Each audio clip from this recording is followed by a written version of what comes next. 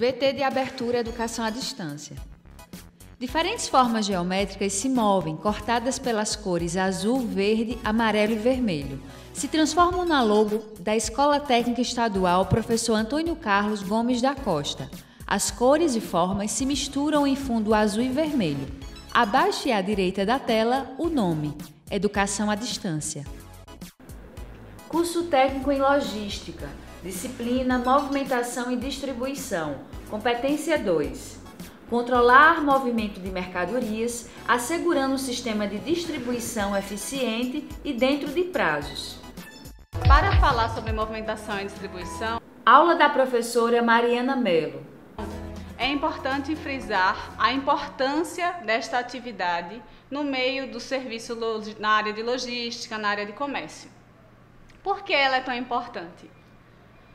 Devemos lembrar, como está lá no capítulo que vocês leram, que o local onde as pessoas utilizam e consomem os produtos não é o mesmo local onde esses produtos são fabricados. Logo, é necessário deslocar esses produtos de um local para o outro. Por isso, há necessidade da atividade de movimentação e distribuição. Lógico que sabemos também que essa atividade de movimentação e distribuição não se restringe apenas a produtos, também cabe ao transporte de pessoas. Aqui nessa disciplina vamos nos ater, uma vez que se trata de um curso de comércio, à movimentação e distribuição de cargas e de mercadorias. Para definir bem uma distribuição eficiente, é necessário que se conheça o conceito de nível de serviço. Como vocês podem ver aqui no slide, o nível de serviço é conceituado e definido por Ballow como o resultado líquido de todos os esforços logísticos da firma. E é o desempenho oferecido pelos fornecedores aos seus clientes no atendimento dos pedidos. Imagine que, para atender determinado grupo de clientes na sua empresa, você precisa definir qual o padrão de atendimento, qual o nível de serviço, a qualidade do atendimento e do produto que será oferecido a esses clientes. Assim como é possível também definir níveis de serviços diferentes para grupos de clientes. Veremos mais à frente um detalhamento maior sobre definição e divisão de grupos de clientes quando falarmos de custos voltados para a movimentação e distribuição. Existem 3 tipos de elementos que formam os níveis de serviço. Para defini-los, é preciso conhecer os 3 componentes, que são os elementos de pré-transação, os elementos de transação e os elementos de pós-transação. O que são os elementos de pré-transação? Imagine que é tudo aquilo que é acordado com o cliente antes da execução do serviço ou da operação que for negociada com eles. É tudo o que for posto por escrito. São acordos, como por exemplo os SLAs, Service Level Agreement, acordos de nível de serviço. O próprio nome remete aos níveis de serviço. Aqui nós podemos ver também que essa política ela está nas mãos do cliente. É preciso que ele tenha ciência de todos os pontos que formam esse acordo do nível de serviço, para que ele possa exigir tudo aquilo que foi prometido a ele, assim como para que a empresa possa se resguardar e garantir que ela atendeu tudo aquilo que ela prometeu ao cliente. Já os elementos de transação são aqueles que estão inclusos dentro do quadrado que forma a operação em si, a execução da prestação do serviço, da movimentação e da distribuição das cargas e mercadorias. Neste ponto, estão inclusas as formas como a empresa lida nos casos de atraso, de entrega de mercadorias, nos casos de haver avarias ou inversão de produtos, que são pontos que também veremos mais à frente. Já os elementos de pós-transação são aqueles que acontecem posteriormente à execução da operação, como o próprio nome diz. Envolve instalação, garantias, reparos, peças de reposição e um ponto muito importante dentro da atividade de movimentação e distribuição, que é o rastreamento dos produtos.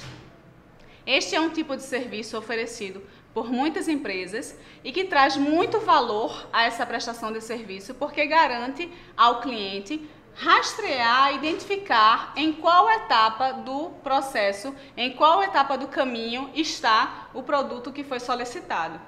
Um exemplo de empresa que tem um serviço que faz parte do grupo de elementos de pós-transação é o site da loja americanas.com. Depois que você efetua uma compra, é possível acompanhar o status da sua compra e se o produto já foi entregue e não havia alguém para receber na sua casa, se ele retornou para a loja, se houve uma nova tentativa de entrega. Tudo isso pode ser acompanhado pelo site. Então, um serviço prestado como esse é incluído dentro da caixa de elementos de pós-transação. Quando são feitos SLAs ou acordos de níveis de serviço, é possível conseguir alguns benefícios não só para os clientes, como um acordo com relação aos prazos de entrega. Você pode negociar com o cliente, por exemplo, que todas as cargas dele serão entregues em até 24 horas após o momento do faturamento. Por outro lado, também podem ter benefícios, como eu falei, para a empresa. Vejamos esse exemplo. Imagine uma empresa que vende revestimentos e cerâmica e esta empresa, ela efetua faturamento no decorrer do mês inteiro. Ela estava passando por uma situação na qual os clientes costumavam colocar os pedidos apenas no final do mês, em decorrência das informações de que eles tinham do mercado, que se eles pusessem os pedidos no final do mês, eles conseguiriam descontos dos vendedores, pois esses vendedores se sentiriam pressionados a dar esses descontos para conseguir atingir a meta do mês. O que ocorria no processo produtivo, no processo da área de operações, de movimentação e distribuição? Vocês podem ver aqui neste gráfico que essa empresa tinha uma capacidade ociosa aqui no início do mês, pois a entrada de pedidos era bem abaixo da capacidade e quando chegava o final do mês, devido à elevação da entrada dos pedidos, esta empresa precisava colocar horas extras, manter as suas pessoas até mais tarde, seus funcionários no horário posterior ao expediente normal, para conseguir atender esse pico de demanda. Com a implantação de um SLA, de um acordo de nível de serviço, essa empresa fez com que os clientes que pusessem os pedidos até o dia 10 de cada mês ganhassem, por exemplo, 2% de desconto, que já era maior do que os descontos dados pelos vendedores quando eles efetuavam a venda no final do mês. E aqueles clientes que pusessem pedidos após essa data perderiam esse desconto. Desta forma, a empresa conseguiu fazer com que a entrada de pedidos se tornasse mais regular durante o mês e dessa forma eles também conseguiram aproximar esse volume de entrada de pedidos à capacidade já instalada da companhia, evitando assim custos com horas extras. Quando falamos de nível de serviço, é importante também falar sobre a medição do nível de serviço. Como medir esse nível de serviço? Como fazer com que o cliente perceba que aquilo que foi acordado realmente tem sido cumprido?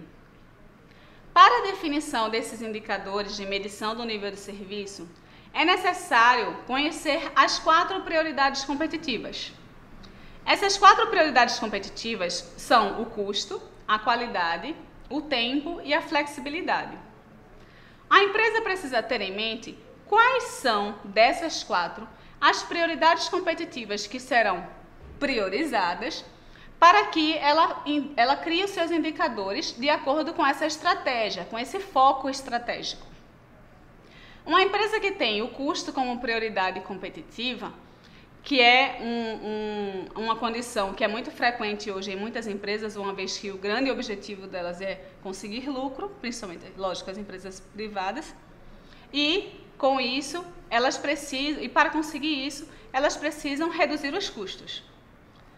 A redução de custos, ela é normalmente procurada e se trabalha para conseguir essa redução de custos através da redução dos desperdícios.